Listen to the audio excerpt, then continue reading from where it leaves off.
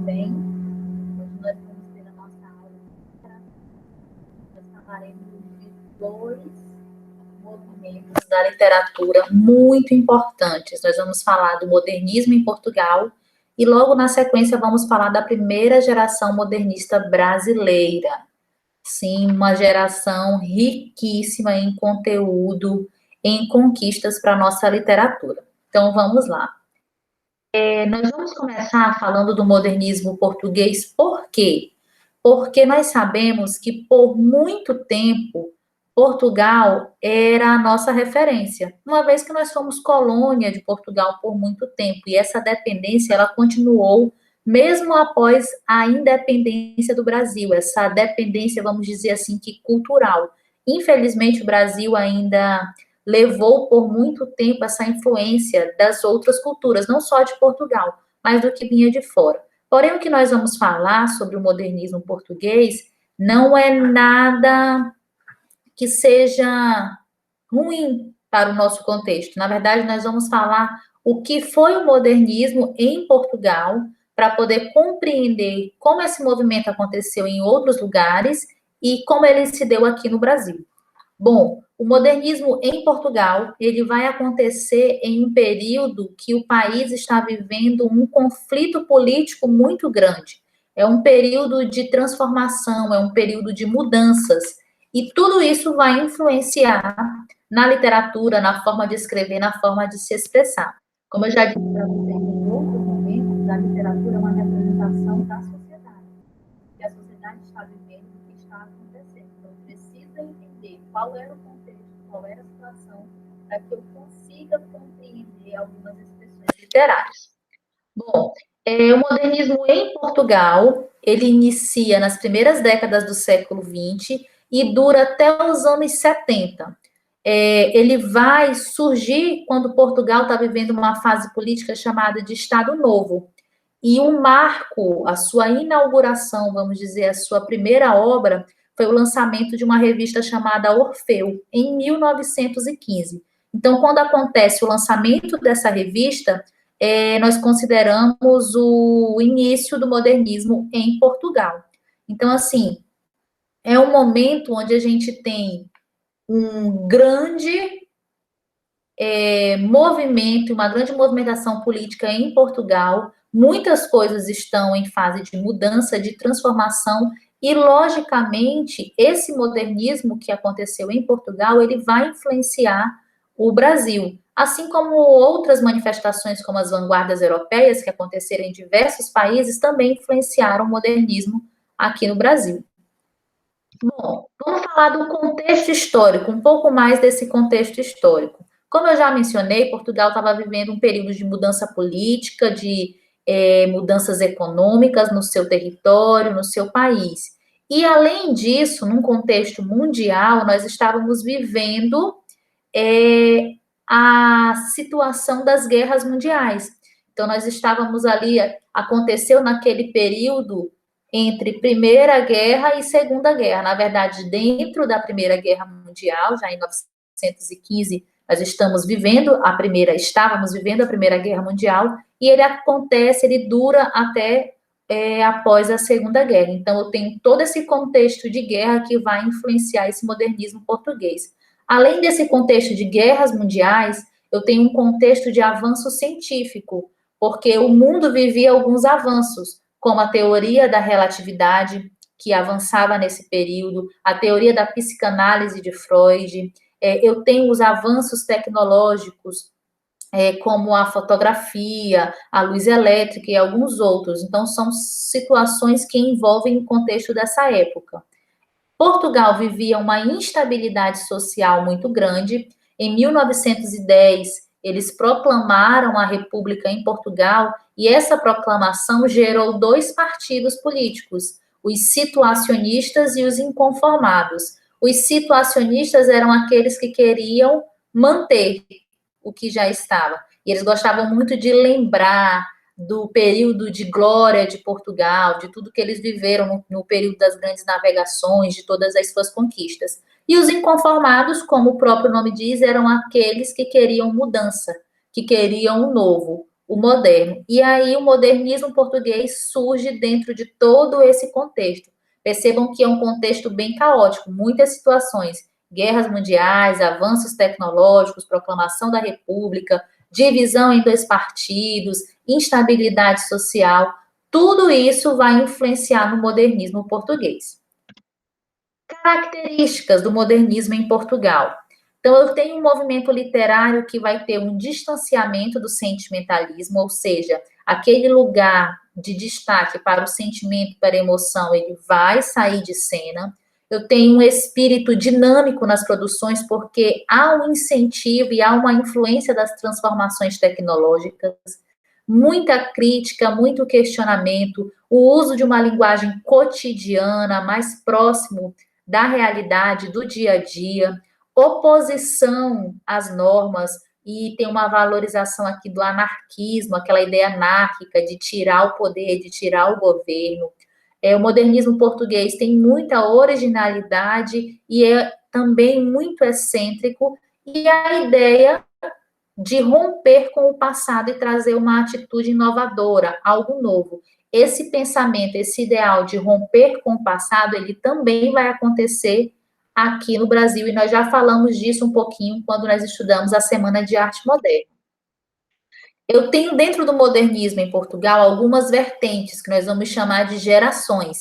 E eu vou falar para vocês de 3 gerações que são muito importantes. A primeira geração do modernismo português, ela ficou conhecida como a geração orfista ou geração orfismo. Por quê? Por causa do nome da revista, que foi o marco, a abertura do modernismo em Portugal, que se chamava Revista Orfeu. A partir dessa revista Orfeu, como eu disse, originou-se o modernismo em Portugal. Então, a primeira geração ficou conhecida como orfismo.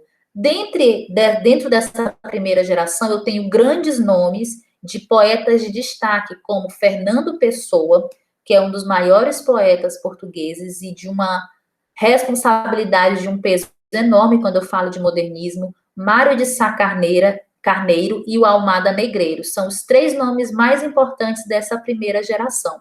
A revista Orfeu, ela durou apenas 1 ano, ela só teve 1 ano de publicações. Por quê? Porque o Mário de Sá Carneiro, ele suicidou-se, e isso fez com que a revista e a sua publicação encerrasse também, tá? Porque ele era um dos que estavam à frente. E esses 3 autores e os demais da primeira geração recebiam fortes influências de 2 vanguardas europeias, que é o expressionismo e o futurismo, que nós falamos também nas nossas últimas aulas. A segunda geração é a geração presença, ou presencialismo. Por que geração presença? Porque com o fim da revista Orfeu, criou-se uma outra revista, chamada de Revista Presença. Foram outros autores que deram continuidade ao que a geração Orfeu vinha fazendo. E aí eu tenho como principais nomes o Branquinho da Fonseca, o José Régio e o João Gaspar. São os principais artistas dessa segunda geração. A terceira geração do modernismo em Portugal é a geração que a gente chama de neorrealista ou neorrealismo. Eu sei que esse neo significa novo, então seria uma nova versão do realismo. É a terceira e a última fase do modernismo em Portugal. Essa geração teve um envolvimento político muito forte com as questões políticas que o povo português estava vivendo na época. E 2 nomes que eu posso falar para vocês de destaque são Ferreira de Castro e o Alves Redol, tá? Então, são 2 autores muito importantes. Dentro dessas 3 gerações, eu quero trazer para vocês um autor que se destaca no modernismo português, que é o Fernando Pessoa. Com certeza, vocês já ouviram falar de Fernando Pessoa em algum momento da vida de vocês. E eu preciso destacar que ele é um dos maiores poetas da literatura portuguesa. E por que que ele é considerado assim? Porque ele era um gênio. Ele era um homem de uma sensibilidade muito grande, que conseguia se expressar de uma forma muito diferente. E uma das suas características era a criação de pseudônimos, de vários pseudônimos. O que são pseudônimos? É quando um autor, um artista, um poeta, ele cria um outro poeta. É como se ele tivesse diversas personalidades e para cada personalidade artística dele, ele cria uma pessoa. Por exemplo, eu tenho uma personalidade que vai escrever poemas mais voltados para o meu sentimento, para o que eu acredito, para coisas mais interiores, mais subjetivas, e aí eu vou dar um nome para esse artista. Sou eu, mas eu tenho uma personalidade que vai ter determinadas características. Vamos dizer que em algum outro momento eu tenha outra característica e eu crio um outro nome para esse artista que tem essas particularidades. Então, o que o Fernando Pessoa fez? Ele criou diversos pseudônimos. Então, ele fez diversos poemas, diversas obras e ele assinava com o nome dos seus pseudônimos. Então, ao invés dele colocar ali Fernando Pessoa, ele colocava, por exemplo, Álvares de Campos, que era um dos seus pseudônimos. Ou então ele colocava outros nomes. E aí o que era interessante é que por muito tempo as pessoas não sabiam que esses autores eram pseudônimos, que não existiam de fato, que era Fernando Pessoa. Porque o que ele fazia? Ele escrevia algumas obras com o seu nome mesmo, assinando Fernando Pessoa, e também com os dos seus pseudônimos. Então, por muito tempo, as pessoas acreditaram que esses artistas existiam e depois descobriram que eram pseudônimos de Fernando Pessoa. Então, ele produziu crônicas, romances e muitos poemas. A sua obra mais conhecida se chama O Livro do Desassossego, que foi publicado por um pseudônimo dele, que é um nome artístico que ele batizou de Bernardo Soares. Então, ele escreveu o Livro do Desassossego, assinou lá como Bernardo Soares, mas na verdade é o Fernando Pessoa, é um pseudônimo do Fernando Pessoa. Um artista, para conseguir produzir um pseudônimo, já é muito bom. Para fazer vários, como o Fernando Pessoa fez, é melhor ainda. Eu quero destacar para vocês 3 pseudônimos de Fernando Pessoa. Ele tem mais de 70, mas 3 ele criou assim com uma riqueza de detalhes. Ele desenvolveu tão bem esses 3 artistas que ele criou uma história de vida, uma profissão, um endereço. Ele trocava cartas entre os seus pseudônimos. Pensem como isso é complexo. Ele está escrevendo aqui como Ricardo Reis e ele mandava uma carta para o Álvaro de Campos e respondia. E todos eles era o próprio Fernando Pessoa. É até um pouco confuso para compreender, mas mostra uma genialidade gigantesca. Então, ele tem 3 pseudônimos que têm uma biografia completa. E, como eu disse para vocês, por muito tempo as pessoas acreditavam que existiam, que eram poetas diferentes. E, na verdade, eram apenas pseudônimos. Esses 3 são o Alberto Caeiro, e, de acordo com a biografia, ele era um homem do campo, um camponês. O Ricardo Reis, que, de acordo com a biografia que Fernando Pessoa criou, era um médico. E o Álvares de Campos, que era um engenheiro. Então, cada um tem um estilo diferente de escrita, tem as suas características artísticas próprias. Então, são 3 pseudônimos marcantes quando nós falamos de Fernando Pessoa. Então, se você um dia se deparar com algum poema ou ler algum texto que esteja lá assinado Alberto Caeiro, você vai saber que é o Fernando Pessoa. Ou Ricardo Reis é o Fernando Pessoa. Álvares de Campos é o Fernando Pessoa. Eu coloquei aqui para vocês 2 poemas do Fernando Pessoa, para que a gente consiga sentir um pouquinho do tamanho da sua sensibilidade. O primeiro diz assim: não digas nada. Não digas nada, nem mesmo a verdade.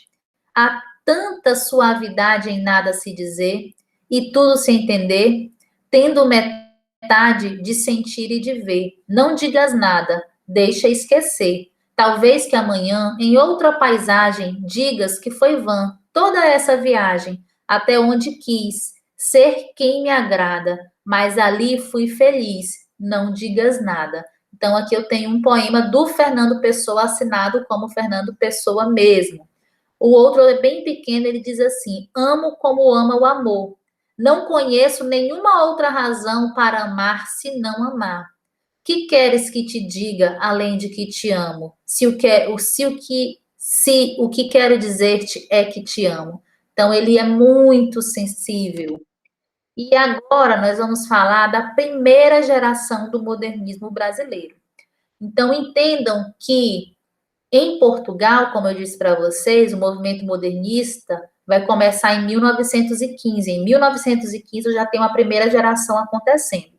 No Brasil, o movimento modernista ele vai iniciar em 1922, com a Semana de Arte Moderna. Nós já falamos e estudamos, a Semana de Arte Moderna, ela foi um evento artístico organizado e elaborado por diversos artistas brasileiros que queriam trazer a inovação, o moderno para a cultura, para a literatura brasileira. E aí o modernismo, ele surge como um movimento que tem objetivos, como qualquer outro. E alguns desses objetivos modernistas eram quais? Reconstruir a cultura brasileira sob bases nacionais, porque havia uma influência do que era estrangeiro muito forte sobre a nossa cultura. Então, esses artistas queriam criar uma cultura verdadeiramente brasileira. A ideia de eliminar aquele pensamento de colonizados, de dependentes, de que o valor estrangeiro é melhor. E, para isso, o modernismo, a primeira geração modernista no Brasil, buscou analisar o nosso passado de forma crítica, as nossas tradições, e valorizar o que era verdadeiramente brasileiro. Então, vão surgir diversos movimentos artísticos, né, formados por grupos de artistas, com esses ideais de trazer, de valorizar a cultura brasileira. E alguns nomes são o Grupo Pau Brasil, o Grupo Antropofágico, o Verde Amarelo, o Grupo da ANTA. Nesse período da primeira geração do modernismo, foi muito comum a publicação de manifestos. O que são manifestos? São cartas abertas ao público. E quando eu tenho um novo movimento, eu tenho a publicação de um manifesto. Esse manifesto, ele mostra para a sociedade quais são os ideais, em que se acredita, quais as características, o que se pretende com esse novo movimento. Então, os artistas modernistas, eles publicaram diversos manifestos. Cada grupo desse publicava o seu manifesto para expor, para mostrar para a sociedade quais eram os seus ideais. Por que isso foi tão importante? Vocês lembram que na Semana de Arte Moderna, nós vimos que não foi muito bem aceito pela sociedade, o movimento, que eles foram criticados, xingados, vaiados. Então, esses manifestos e essa primeira geração modernista, ela é extremamente importante porque ela é aquela geração que colocou a cara para bater, vamos dizer assim, que se arriscou, que recebeu as críticas, que teve a missão de abrir as portas para o que era moderno, para uma literatura moderna no Brasil. E isso custou muito caro.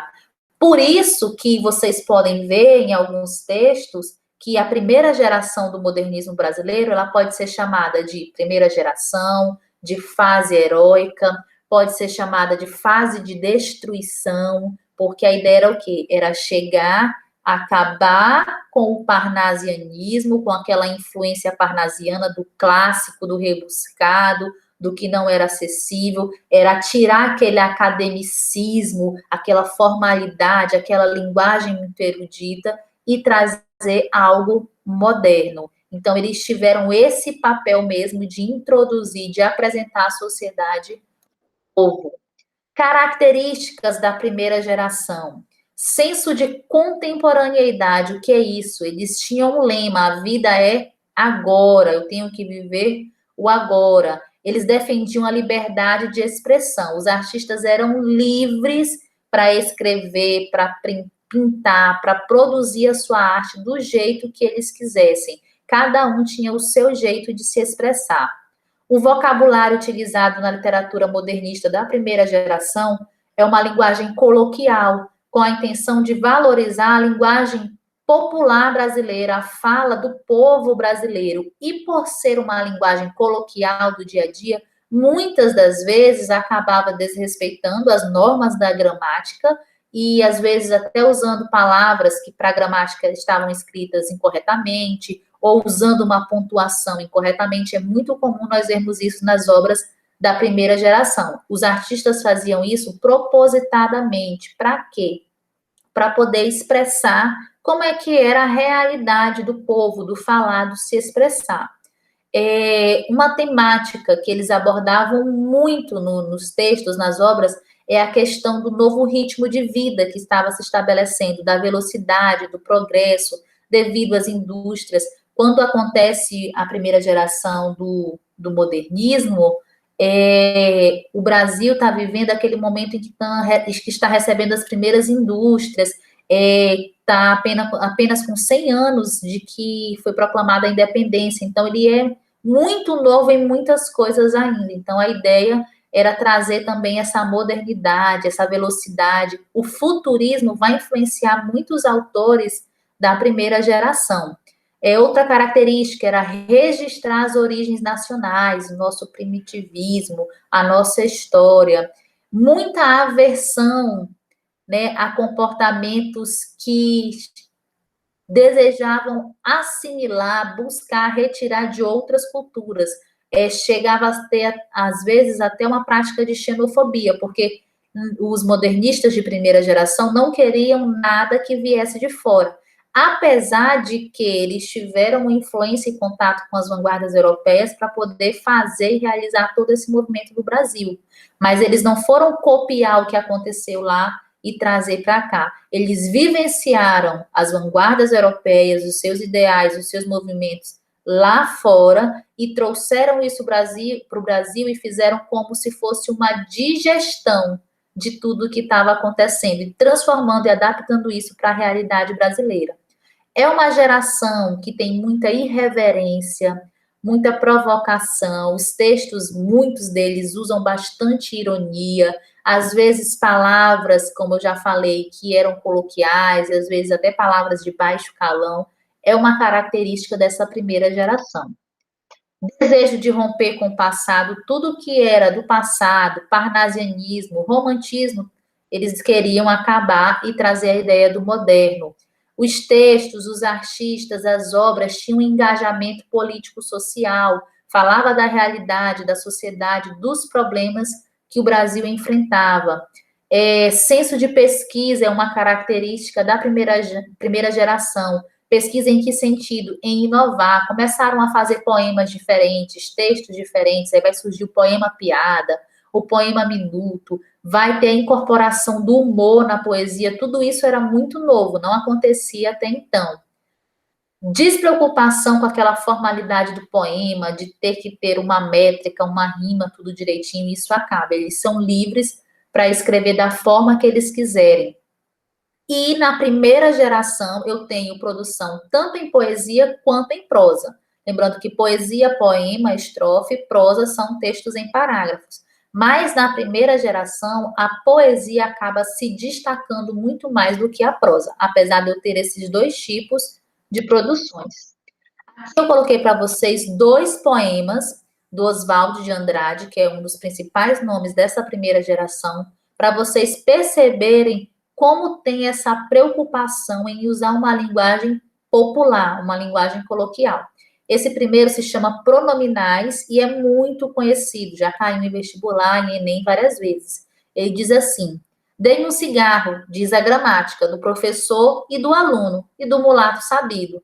Mas o bom negro e o bom branco da nação brasileira dizem todos os dias: deixa disso, camarada, me dá um cigarro. Então, ele está fazendo aqui uma crítica à gramática, que diz a forma correta, que eu não posso dizer me dá, tem que ser dei-me. E ele acaba dizendo: para com isso, que ninguém fala assim. E ele traz o linguajar, forma de falar popular para a poesia. Outro poema dele se chama Vício na Fala, que também vai trazer essa questão da linguagem. Ele diz assim: para dizerem milho, dizem mil. Para melhor, dizem mió. Para pior, dizem pior. Para telha, dizem teia. Para telhado, dizem telhado. E assim vão fazendo telhados. O que é esse vão fazendo telhados? Vão construindo novas formas, novas expressões. Eu tenho 3 autores que nós podemos chamar de principais. Nós chamamos a tríade da primeira geração. São eles Mário de Andrade, Oswald de Andrade e Manuel Bandeira. Curiosidade: Mário de Andrade e Oswald de Andrade são parentes? Não, apesar do sobrenome ser igual, é apenas uma coincidência. Eles eram amigos. Então, Mário de Andrade foi um dos precursores. Ele idealizou, ele organizou a Semana de Arte Moderna junto com Oswald e outros autores, e ele tem publicações que são marcos para a primeira geração do modernismo. Ele tem um livro chamado Pauliceia Desvairada, é um livro de poesias, e ele usa essas características que eu falei para vocês nesses poemas, e ele tem alguns textos em prosa, como o Amar, verbo intransitivo, Pauliceia Desvarada, que é um livro de poesia, ele tem Macunaíma, que a gente chama de rapsódia, que é uma mistura de prosa com poesia, e ele tem A Escrava que Não Era Isaura, e vários outros. Essas são as suas principais obras. Macunaíma é uma obra fantástica, que vai meio que explicar e justificar a origem do povo brasileiro. É muito interessante, porque ele vai pegar ali a origem indígena, a origem africana, misturando com a influência do europeu, do branco, e ele vai contar essa história. É um livro que eu aconselho que vocês talvez não consigam ler, mas que pelo menos busquem um resumo, uma sinopse para conhecer, porque é muito rico, certo? Eu vou falar um pouquinho para vocês de Amar, verbo intransitivo, que é um dos livros do Mário de Andrade. É um livro que, na época, causou muita confusão, vamos dizer assim, surgiram muitas críticas por causa de um contexto e de abordar um tema que não era discutido na sociedade abertamente. Então, Amar, verbo intransitivo foi publicado em 1927. E aí eu quero reforçar para vocês o quê? Que a primeira geração, ela foi de 1922 até 1930. Na verdade, em 1930 já inicia a segunda geração. Então, é uma obra que foi publicada em 1927 e vai contar a história de uma família tradicional, uma família burguesa, uma família tradicional. E o que acontece? Eu tenho a família de Souza, e essa família é composta pelo pai, pela mãe, pelo filho e mais duas filhas menores. E o pai é o seu Souza Costa, a mãe se chama Dona Laura. Eu vou ter aqui a personagem principal que vai se chamar Elza e Frauline, e aí depois eu vou falar por que esses dois nomes para vocês. E o Carlos, que é o filho do casal. Eu tenho uma família burguesa, tradicional, que precisa manter as aparências, mas que se vê diante de uma situação e o pai, né, como o responsável pelo lar, pela formação do filho, ele decide realizar ali uma situação para poder transformar o filho em um adulto. Vamos falar de uma forma mais clara. O Carlos é um rapaz de 15 anos, e nessa idade, na época, era a idade em que os rapazes, os jovens, estavam se tornando homens. Então, eles precisavam se tornar homens no sentido geral da palavra, ter experiências, conhecer mulheres e tudo mais. Porém, a família Souza era uma família muito católica e tradicional e tudo mais. E o que era comum nessa época? Quando o rapaz completava 15 anos, o pai o levava a uma casa de mulheres, a um bordel, para que ele tenha a sua primeira experiência sexual. Só que o seu Souza, ele não queria fazer isso com o seu filho, porque afinal de contas eles eram uma família católica, uma família tradicional, mas ele sabia que o rapaz, que Carlos, precisava ter essa experiência. E o que ele decide fazer? Ele procura uma moça que trabalhava em uma dessas casas de mulheres, e essa moça se chama Elsa. Ela é uma moça alemã. Na verdade, ela é russa. Ela é uma moça russa, que tem a frieza do russo. E aí, ela é contratada pelo seu Souza para poder seduzir o Carlos e iniciá-lo nessa vida de adulto. E aí ele contrata e ele dá um outro nome, eles combinam, que ela vai se chamar Fraulein, e ela vai ser uma professora de alemão. É isso, se eu não me engano, é de alemão. Ou é alemão ou é russo, um dos dois. E ela chega até a casa deles com essa desculpa de ensinar essa segunda língua para os filhos ali do casal. E no início, o Carlos não dá muita bola para ela. Ela faz amizade com as meninas menores, começa a ensinar. Só que passam os dias e ele começa a observar o quanto ela é bonita. E ela também começa a se insinuar um pouco para ele, para despertar o desejo. E aí o Carlos começa a se apaixonar pela Fraulein. E ela, quando percebe que ele já está interessado, ela para de se insinuar, né? Porque o livro até diz que esse é o jogo da sedução. Quando o homem já está interessado e a mulher tem que parar e se fazer um pouco mais de difícil. É algo que é retratado no livro, que a gente pode ter até uma visão crítica em relação a isso, ao machismo da época, a formação e tudo mais. E aí ele se apaixona. Durante essas aulas, ele se apaixona pela Fraulein, porém ele é um rapaz muito inocente. Tanto que em uma das situações, eles estão sozinhos e ele não consegue beijá-la, ele fica com vergonha. E aí depois, em um outro momento, ele pede para que ela se aproxime de novo, que agora ele vai ter coragem para poder tomar a iniciativa. E, enfim, ele se apaixona e começa a frequentar o quarto da Fraulein todas as noites. E a dona Laura começa a perceber que está acontecendo alguma coisa entre o Carlos e a Fraulein. E ela não sabia que havia ali um contrato do pai com a moça. E aí ela chama o seu Souza Costa, chama a Fraulein também. Primeiro ela fala com a Fraulein que quer que ela vá embora. E aí a Fraulein chama o seu Souza e fala, olha, converse com a sua mulher. Por que você não conta a verdade para ela? Porque ela quer que eu vá embora. E aí ele conversa com a sua esposa, ela não aceita muito bem no início, porém ela permite que a Fraulein continue na casa. E aí eles decidem que o Carlos já está envolvido demais com a Fraulein, já está apaixonado demais, e que eles precisam acabar com aquilo ali. Então os três armam um flagra. E aí em uma das noites que o Carlos vai para o quarto da Fraulein, bate a porta na madrugada a mãe e o pai, e pega ali os dois, vamos dizer assim, sendo que era tudo armado, só o Carlos que não sabia. Ao ser pego, ele se desespera e ele fala que ele vai casar com ela, que ele é apaixonado pela moça, e que ele casa, e que ele quer viver esse amor e tudo mais.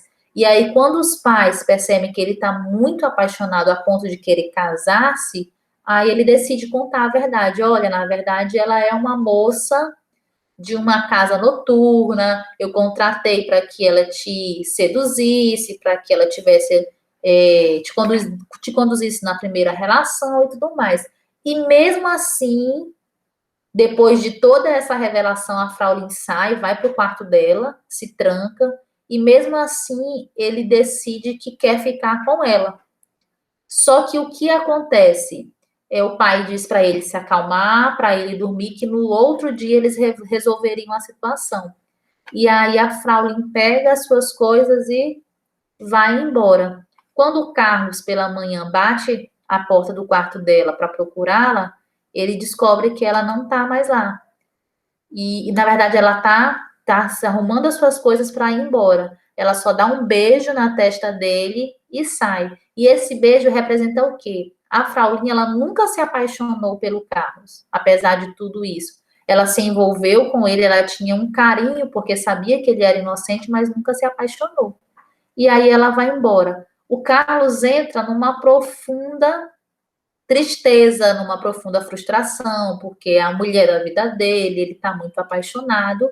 Porém, o pai vai falando que isso passa, que era a primeira paixão, e com o passar do tempo, realmente ele começa a esquecer, começa a sair para festas, para bailes, e começa a esquecer a Fraulein.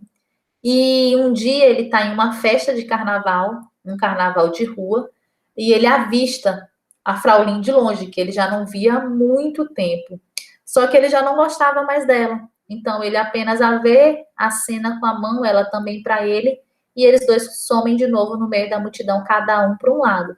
E a história termina. Aí talvez você pergunte assim, credo, professora, mas que história de um final sem graça, eles não ficaram juntos e tal. Nós estamos no modernismo. Modernismo é isso, é realidade, é objetividade. Qual é a ideia? É mostrar que tudo passa, que não tem esse amor que dure para sempre, que o tempo ele pode curar todas as coisas, que as pessoas seguem a vida. E olha o que é interessante o título do livro, quando ele fala amar, verbo intransitivo. Na verdade, amar é um verbo transitivo, se eu for analisar pela gramática, porque é um verbo que precisa de complemento. Quem ama, ama alguém ou alguma coisa. E aí o Mário de Andrade traz esse amar como um verbo intransitivo, que não precisa de complemento, não tem essa necessidade. Você ama, vive aquele amor, pronto, acaba e tchau. Então é o que a história tenta trazer para a gente. Vou falar para vocês agora do Oswald de Andrade. Oswald de Andrade, desses três principais, ele era o mais irônico, o mais provocativo. Ele fazia muitos manifestos, muitas cartas, criticando os parnasianos, discutia. Ele era o que tinha os nervos mais à flor da pele. Então, ele escreveu prosa, escreveu poesia, ele tinha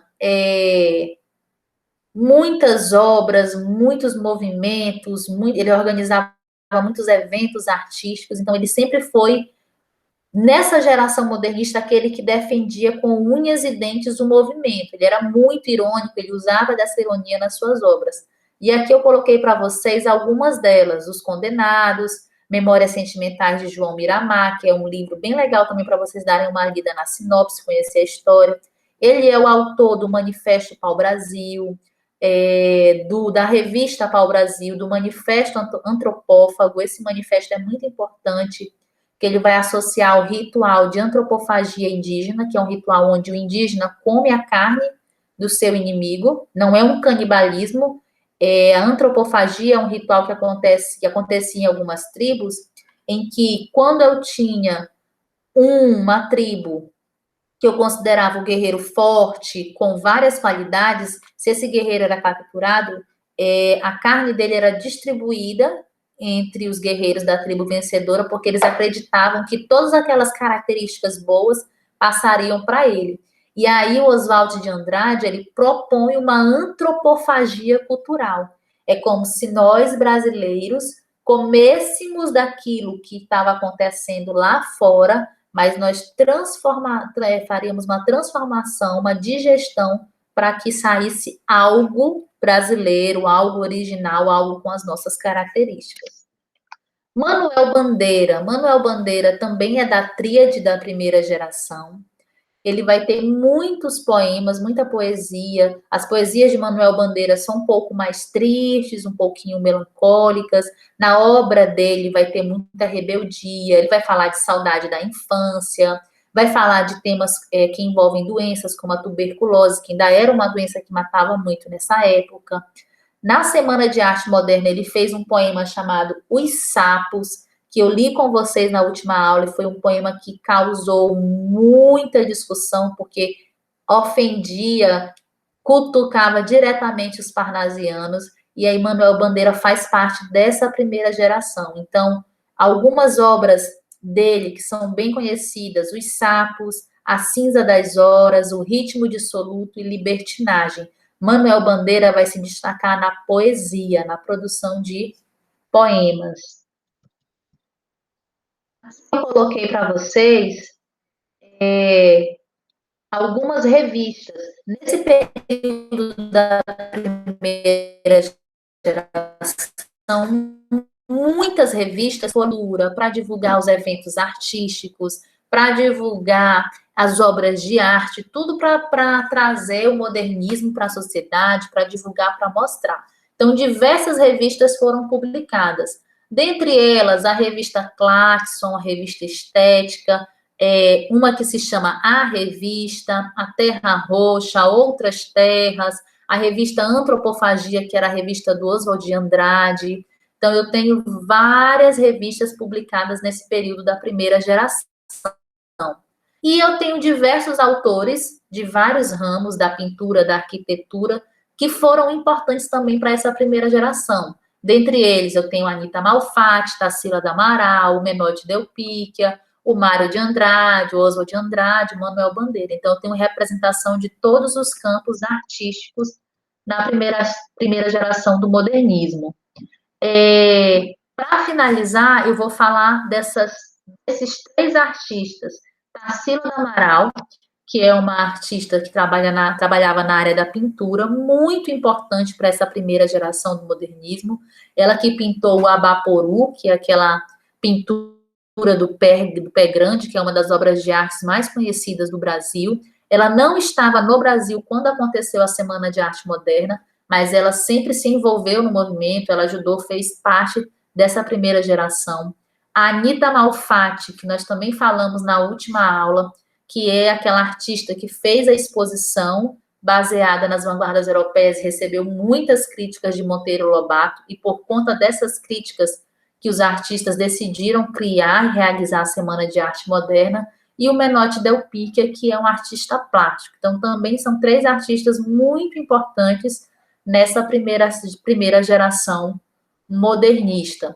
Então, para finalizar, eu tenho que saber o que sobre primeira geração, que é a geração que deu a cara para bater, que trouxe as características do modernismo, que apresentou para a sociedade, que realizou a Semana de Arte Moderna, o maior evento artístico da literatura e da cultura brasileira, um dos maiores, que é um marco na nossa história. Eu tenho 3 nomes quando eu falo de artistas da literatura que se destacam, que são Mário de Andrade, Oswald de Andrade e Manuel Bandeira. Características: quebra do academicismo, ruptura com o passado, aversão ao parnasianismo, ao romantismo, valorização da cultura brasileira, valorização da linguagem coloquial, fim do formalismo, do academicismo. Eu vou ter muitas manifestações artísticas, eu vou ter ironia, vou ter diversas formas de escrever diferente do que era usado até então. Então, eu posso finalizar dizendo que a primeira geração modernista, ela foi fundamental para afirmar, para dar lugar ao modernismo no Brasil. As gerações que vão vir na sequência, elas já encontraram esse terreno já mais consolidado, já encontraram essa porta aberta por conta da luta e da dedicação desses artistas que fizeram parte da primeira geração. Tudo bem? Qualquer dúvida sobre o assunto, só mandar mensagem que eu esclareço, tá? Até a nossa próxima aula. Tchau!